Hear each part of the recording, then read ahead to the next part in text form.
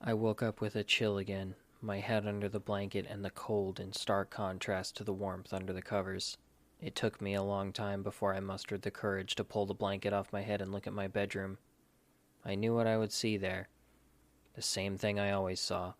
The same thing I had been seeing for a year now.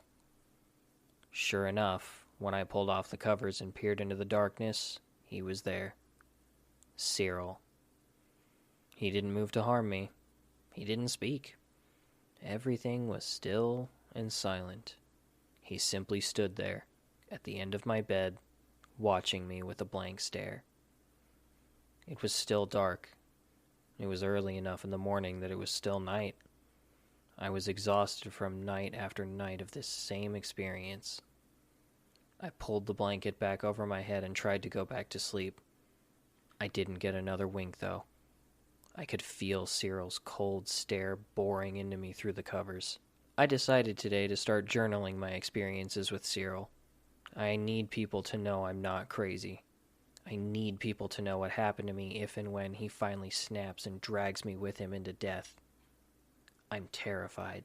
May 5th, 2023. I tried talking to him today. It wasn't the first time I have tried. He responded the same way he always does, which is to say he didn't. He just stood there, staring, watching me. He had never been talkative in life either. He was the quiet sort. Even when people were cruel to him, and they often were, he suffered in silence rather than raise his voice. His silence invited cruelty, I sometimes think. He made himself easy prey because he never fought back. I often saw him, mocked by people who were far too close to say it was behind his back. Then, one day, I saw him step in front of the truck. Now he's here.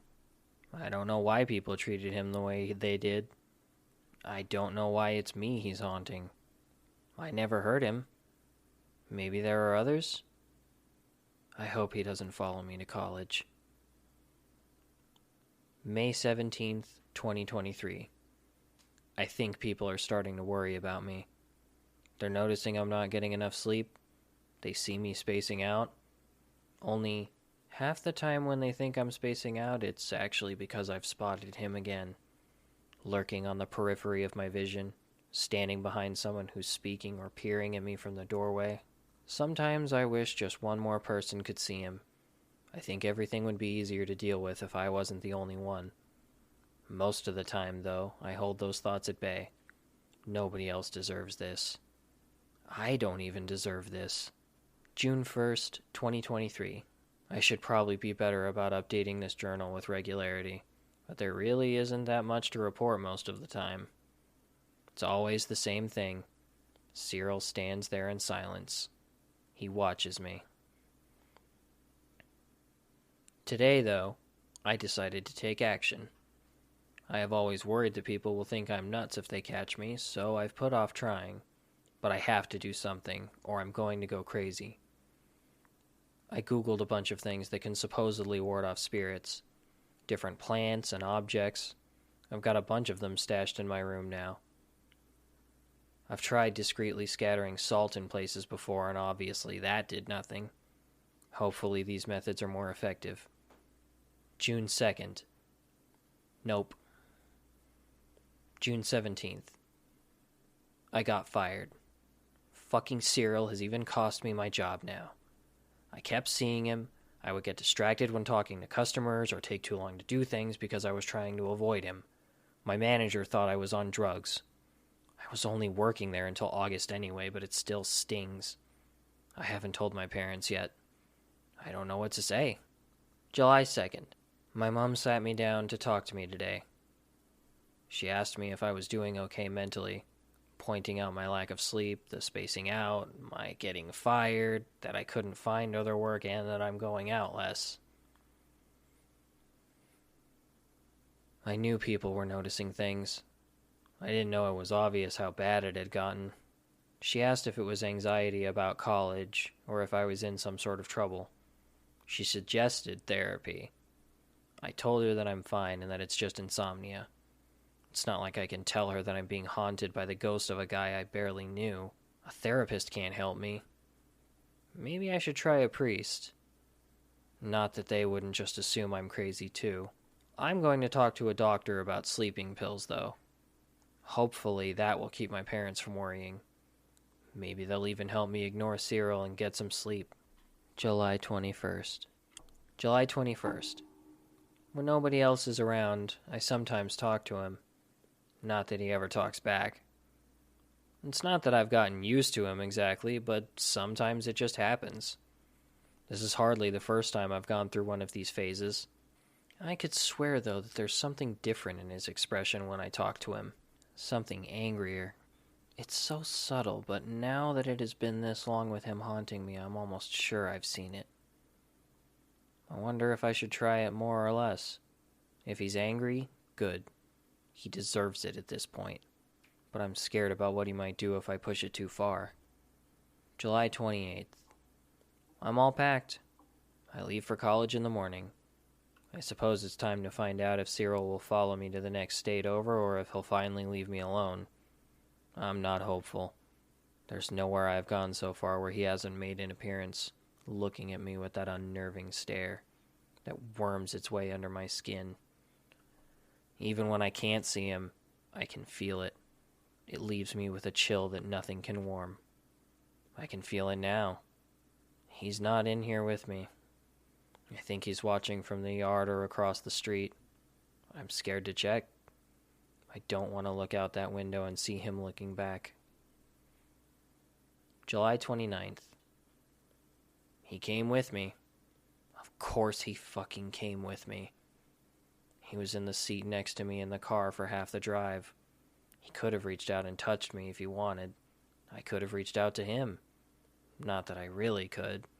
I'll just pass right through him. I've seen people walk through him before, none the wiser. Not even the chill I get from him. Now he's in my dorm room with me. I wonder how long it will take for my other roommate, James, to think I'm an addict or I'm losing my mind.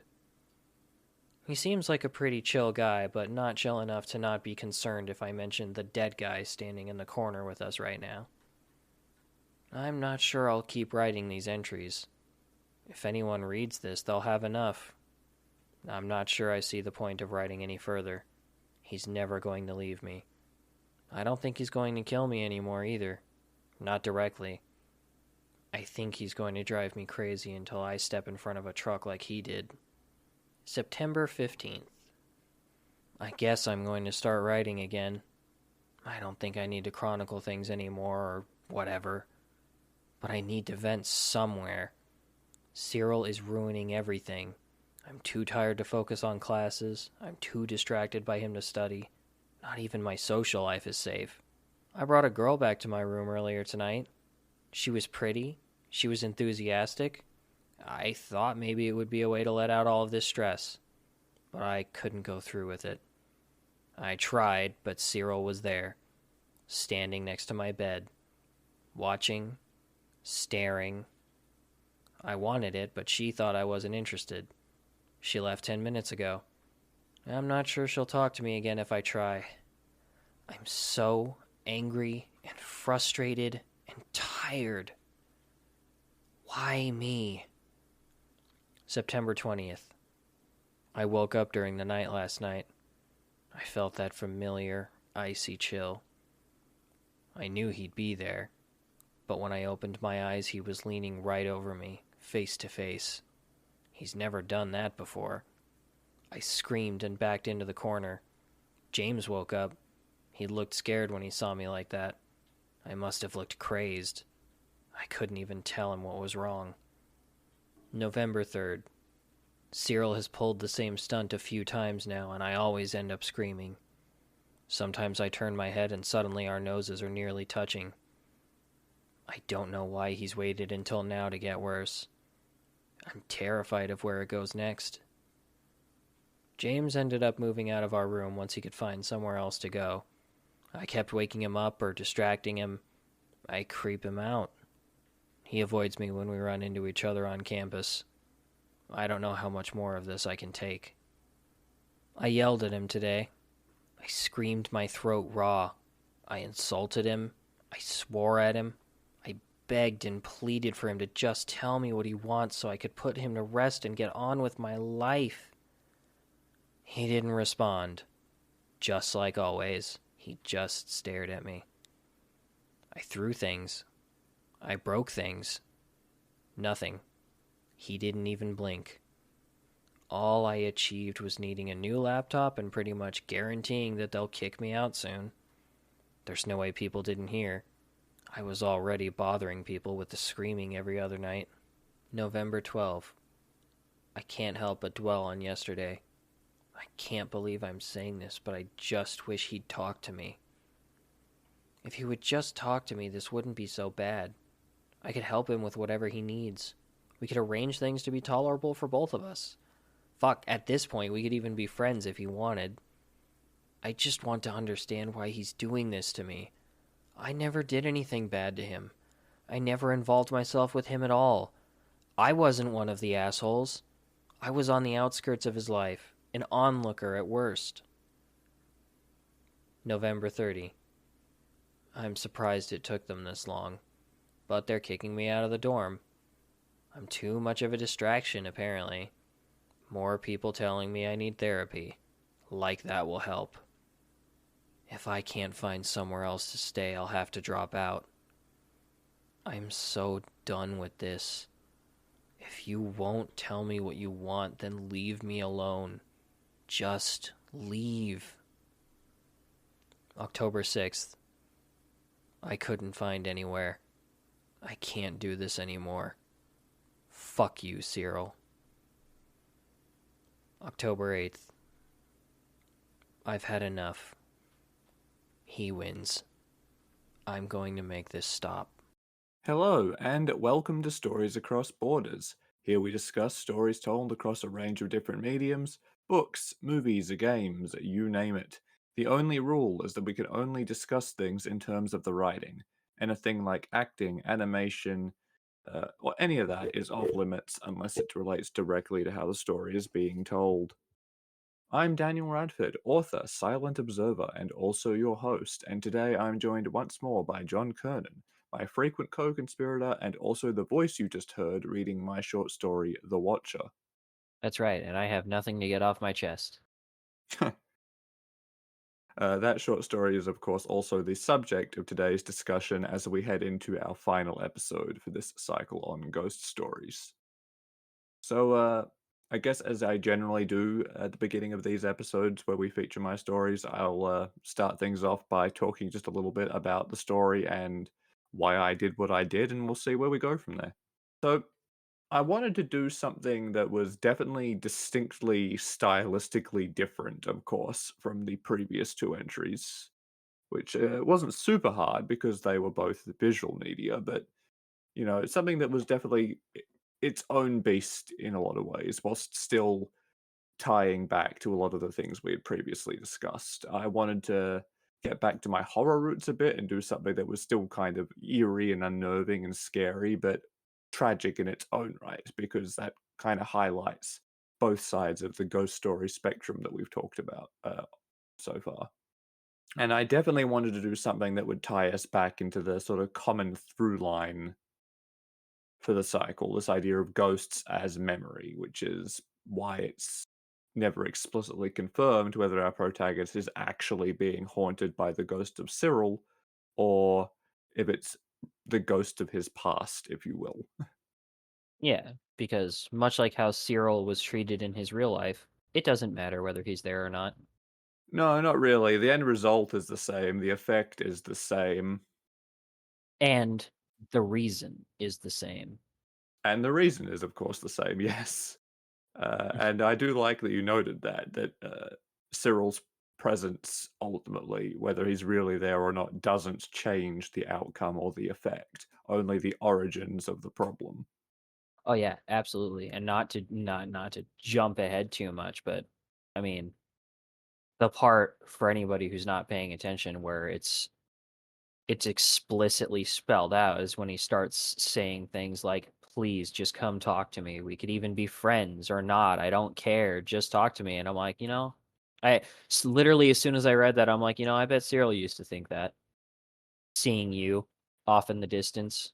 watching, not doing anything. Yes, you are a lot more astute than our poor protagonist, who goes this entire story never really understanding why Cyril is there and why Cyril does what he does. It's never clear whether it's actually Cyril or not, but in the end, Cyril only ever stands there and watches. Creepily, unnervingly maybe, distractingly, problematically in all kinds of ways, but he never does anything to directly harm the protagonist. He just sits there watching, and his presence as the watcher is what makes the protagonist unravel. And yeah, in the end, he's effectively being driven mad by his own guilt, whether he's haunted for real or not. Even though he has clearly buried that sense of responsibility, it's the fact that all he ever did was watch, being personified in Cyril in some way. And he can't even admit it. He just desperately clings on to the idea of, "I didn't do anything." And like we often hear in so many stories, that's just it. You didn't do anything. You could have. Yeah, it's oh god, there's a really good quote someone made, like, back around World War II. What is it? Something about, like, the path to evil was about good men, you know, doing nothing or something. All it takes for evil to triumph is that good men Yes, do nothing. and obviously the scale and scope of the situation is not quite as severe as a global war, but it is very much the same principle behind the situation. This idea that the protagonist, he's not a bad guy necessarily. He's not great probably, but he's not, like, evil, he's not malicious. Just maybe a little cowardly. His own inaction in the face of Cyril's situation and unwillingness to involve himself with it does make him, in a way, culpable and, at least somewhat responsible for what happened to Cyril in the end. Yeah, it would be one thing if he just never noticed like everyone else because he didn't pay enough attention. But he did notice. He watched and still did nothing. He convinces himself that just because he didn't make it worse actively, that means he didn't do anything wrong. But besides the fact that doing nothing is in and of itself a choice, how does he know Cyril never saw him watching? Watching somebody or seeing somebody else watch you suffer and show no signs of caring or support or ability or willingness to do anything about it can make what you're going through worse. I would argue it's almost guaranteed to even, because, I mean, that's the long and the short of it, isn't it? Like, it's one thing to be in a bad situation, it's another one to be in a bad situation and know that someone knew and didn't help you, which now that I think about it, sounds very familiar. Yeah. If you know and you care so little about what's going on, how much better really are you than the bullies? I mention this because it just occurred to me that, back in the, Bly Manor episode, we, talked about this. Peter Quint basically spells this out in his, like, flashback situation with it when he's talking to his mother. He basically says to her, the reason this is where I come back to, that this is my personal hell, is because you knew what was being done to me, to other people even, and you never took action, and then you had the gall to come back here and ask me for help.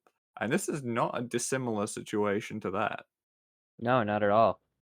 And mechanically, he's also got a strong similarity to our dear poor Edmund. Yeah, Just watching. Except for the part where, with Edmund at least, I think it's very unlikely that there's any chance of Edmund having been a real ghost.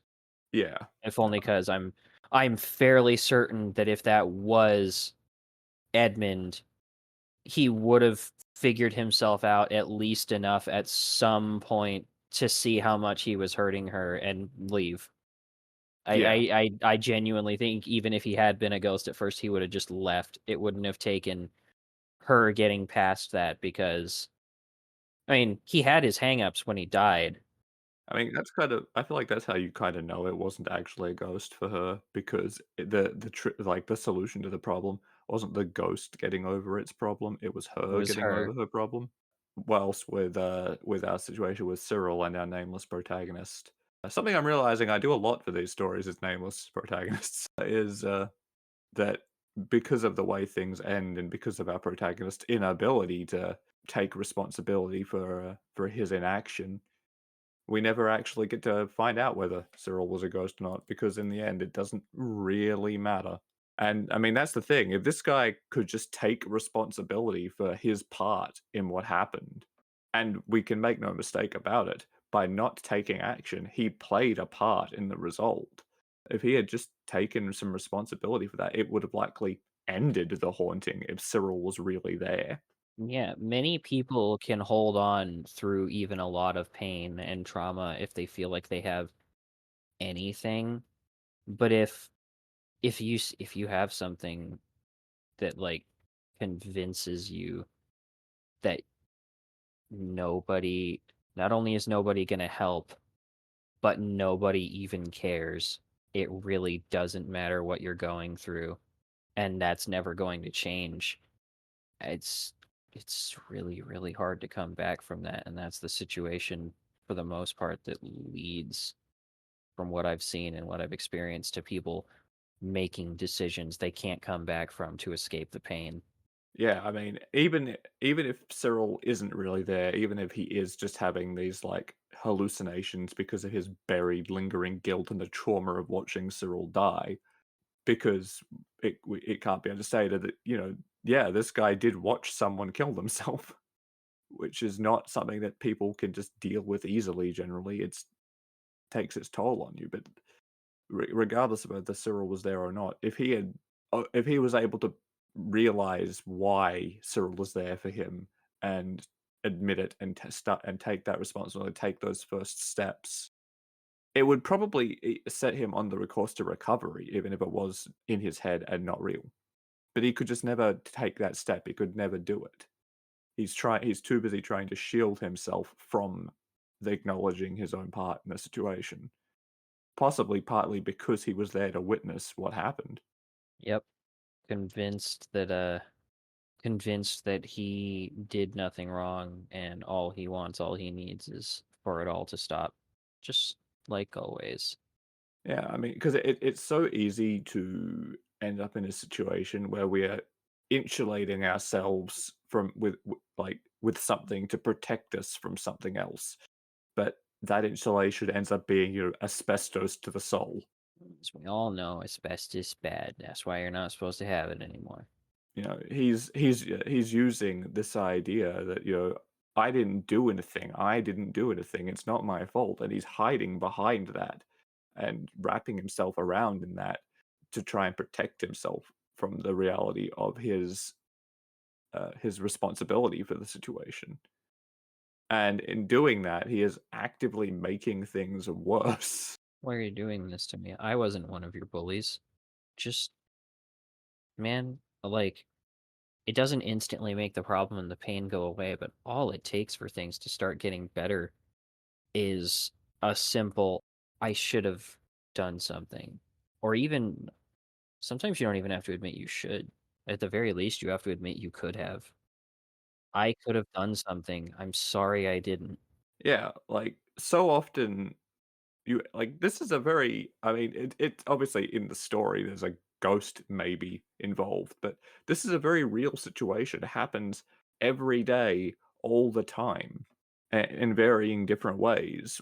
We see something bad happening, and we tell ourselves it's not our problem, and we don't get involved because we don't want to deal with the repercussions of our involvement, or because it seems too hard, or because it just seems like why should we? And in the end, that contributes to the problem just as much as the ones who are instigating it. Yeah. Whether it's, a situation like Cyril's where he's just being relentlessly bullied, whether it's something larger scale like environmental and political issues. Ultimately, inaction is a key part in getting the bad end. Yeah, like many important, thoughtful things in life, in a way, it comes back to Spider-Man. People don't realize that part of part of what's made Spider-Man such a moral character and also made the story hold on is so important for a long time is with great power comes great responsibility is actually a very flexible term with a lot of connotations and a lot of different ways in which it can apply to things. One of which is if you have any power at all, you have at least some responsibility. Yeah, the responsibility you have is directly proportional to the power you have to intercede in the situation. But unless you have literally 0, that means there is some responsibility. And, like, that's the thing, a bad situation can start because a very small number of people. A very small number of people can contribute to something becoming very, very bad very quickly. But there are always many, many, many more people in the orbit of these situations who are not taking action to do something, and it is that inaction that is just as big a part of the end result. Yeah. Like elections. Haha. Mm. But yeah, it's like if you see something bad happening in front of you, especially if there's no real danger of anything happening to you, sure you might be scared of getting castigated in turn or being bullied. But besides the fact that bullies have way less power the more people they're looking at, also like is that a real reason not to do anything? Do you, actually have anything to be afraid of? Yeah. The protagonist, I don't think they are a bad person, but they are definitely a flawed person. And I would struggle to call them a good person, because ultimately they saw someone suffering and chose to do nothing about it. And that is why they are in the situation they are now in, regardless of its origins. What is happening to them is arguably just. At the very least, they brought it upon themselves by choosing not to do something to help. Yeah, especially with how little it would have taken them to do at least the bare minimum. Because for some reason, a lot of times, people act like the bare minimum you can do in a situation is not make it worse, and, no, because that's not doing anything. That's not doing anything. You're not doing the bare minimum. You are, in fact, doing less. Nothing is not the bare minimum. It is what's gonna happen regardless. Arguably, if you're doing nothing, you are part of the problem. In fact, I would say if you're doing nothing and are aware there is a problem, you are part of the problem. Because and it would have been such a small thing, he didn't have to become best friends with Cyril. He just had to show a little kindness, acknowledge that bad things were happening, and maybe take a small amount of action, or at least be a counter force in that guy's life. Just Yeah, someone who occasionally was like, "Yeah, hi, how you going? Anything I could do to make your life better today?" And the thing is as well, like, people very much overestimate how much effort that really takes, and the risk and all that, because most people, even the bullies and stuff, they're probably not gonna care that much if you're just a little nicer to somebody. They're not driven by you, they're driven by their desire to victimize that guy. And because that guy seems vulnerable and you don't, and by interacting with him, you would make him less vulnerable. But, just being nice to the guy, interacting with him sometimes, saying hello, asking how he is, all that, would have possibly been enough to change the outcome. And it wouldn't have cost this guy anything, really. And the funny thing about doing good deeds is that once you do one, it's a gateway drug. It's really, really easy to then do the next step of that process. yeah. Eventually, the good you do comes back to you, even if it's only in a metaphorical how you feel, who you become way. I mean, that's the thing, like, yeah, we exist in a system that is set up to benefit the people who least deserve it to. But ultimately, by not doing good things, you're only making it easier for people to turn against you. Even if that's your only motivation, and, like, it's still better than being an a non-factor. Yeah, it's always better. So that's the general gist of the story, but I thought it might be interesting to talk a little bit about the format of the story because obviously this is formatted very differently from other stories we've done at this stage, and especially the ones I've written. I guess not exactly. There is some similarity structurally to how I did a vampire's treatise on vampirism, actually, A little bit, yeah. in that both of them are framed as basically a journal being written by the protagonist. The difference being, I suppose, that with a vampire's treatise, you are basically reading like one long treatise on vampirism, whilst with this, you are getting many snippets over a long period of time. Yeah.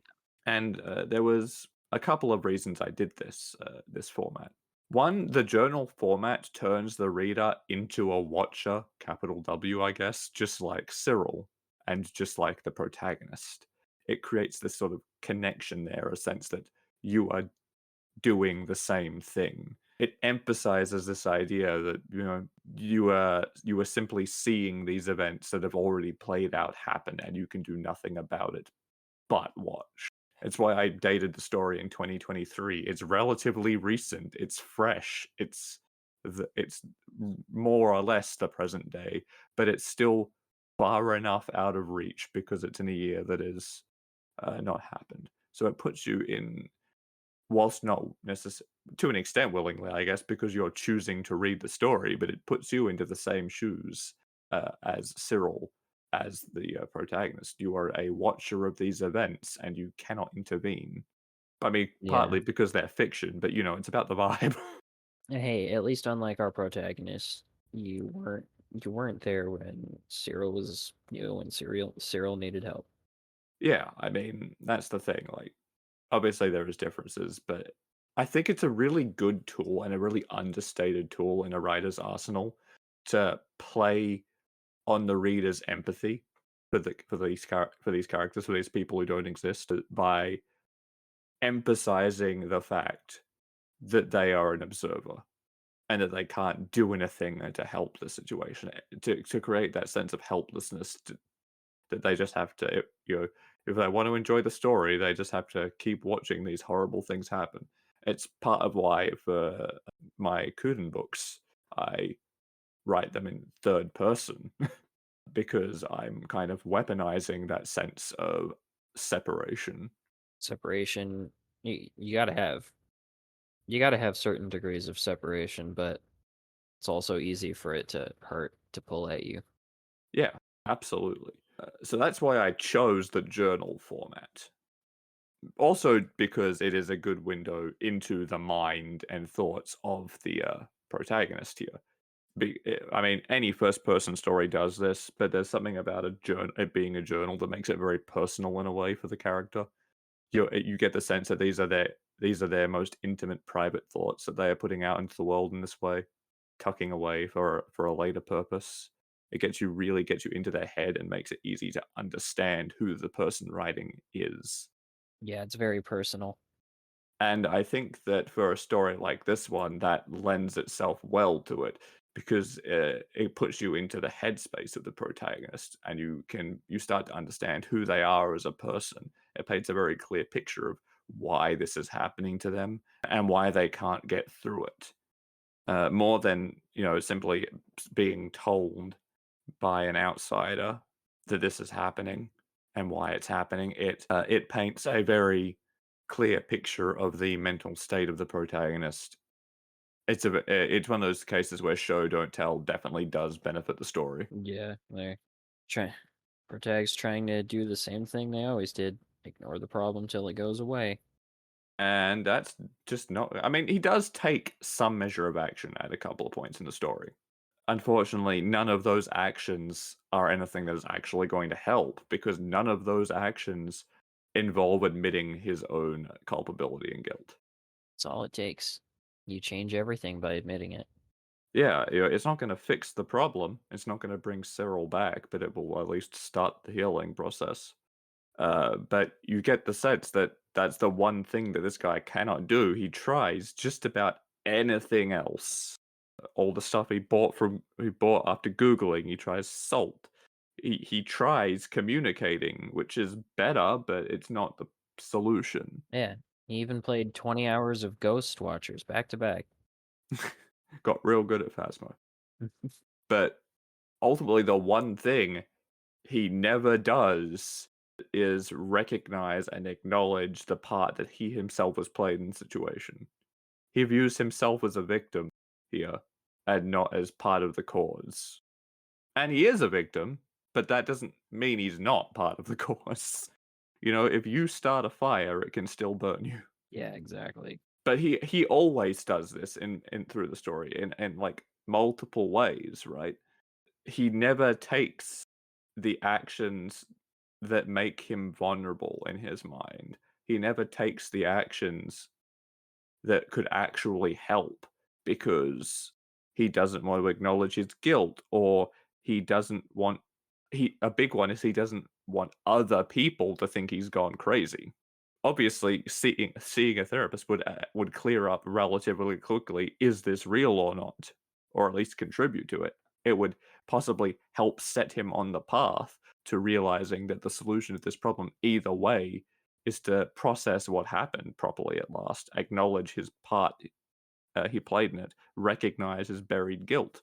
But he never does that, partly because he's shielding himself from that fact, from his involvement, and partly because he's trying to shield himself from Cyril's fate, from being ostracized, from being looked at as other and different and not normal. Oh no. Which ironically, in doing this and prolonging the situation, he is engineering that situation for himself. He is very much digging his own grave there. Yeah, especially considering, in a way, he's just again thinking about Cyril in one of the ways that people thinking about him led to all his suffering and pain in the first place. He's still thinking of Cyril as something to avoid, something to ignore, not thinking for even a second about helping him because he's still completely self-absorbed even in this moment of either being haunted or projecting something through his guilt, and even if he was being haunted it would probably also be because of his guilt, not even thinking for a second about the fact that if Cyril really is a ghost, then Cyril's trapped here with him, and all he's thinking about is, why is this a dead kid, this victim of suicide, bothering me, not even thinking for a second about if he could help. He doesn't think he's crazy. He thinks 100% that this is Cyril as a ghost. And not once does he consider, maybe I can help Cyril. The only times he mentions, look, just talk to me, tell me what the problem is so I can help you pass. It's not coming from a genuine place of care for Cyril's well-being.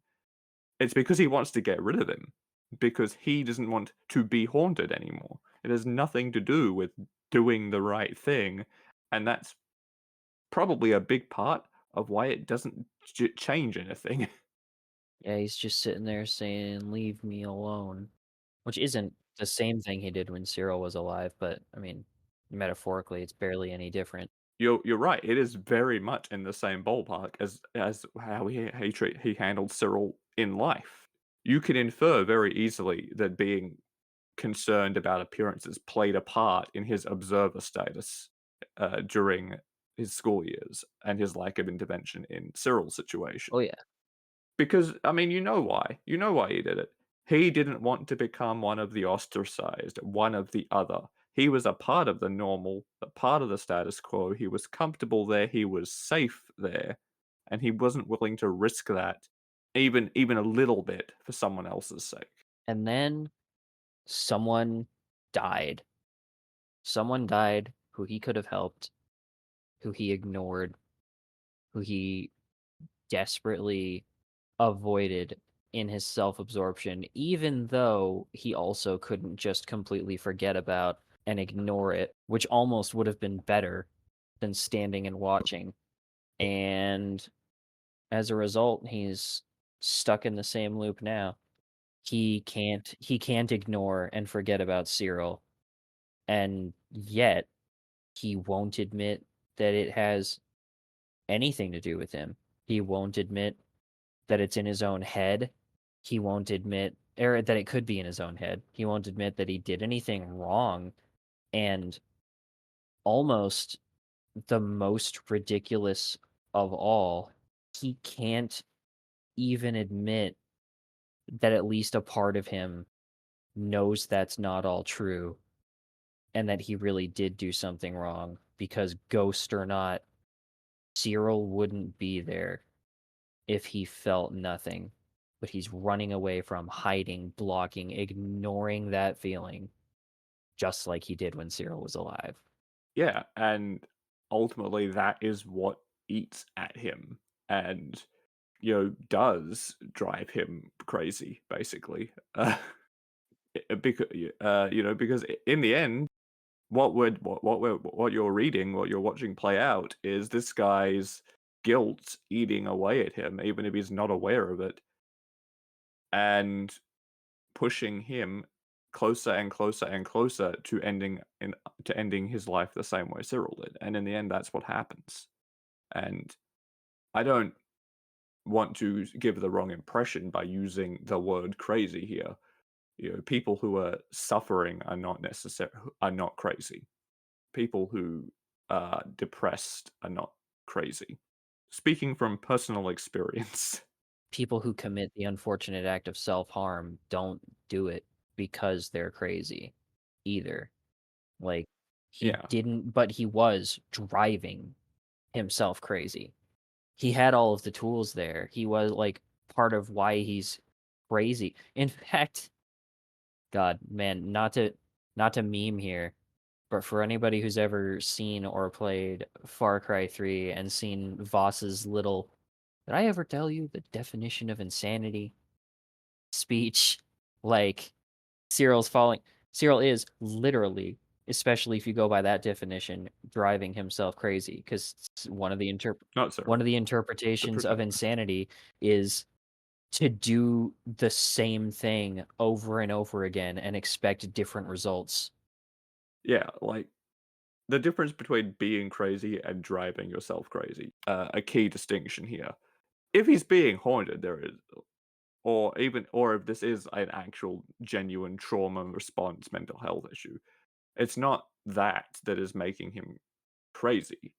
It's this idea of him being becoming progressively more untethered and unhinged, and the fact that he's doing it to himself and has the tools right there to stop it and just cannot realize it.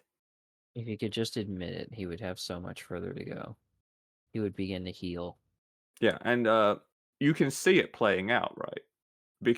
The slip, something I tried to do anyway. I don't know how much I succeeded, but the journal starts being written quite formally, right?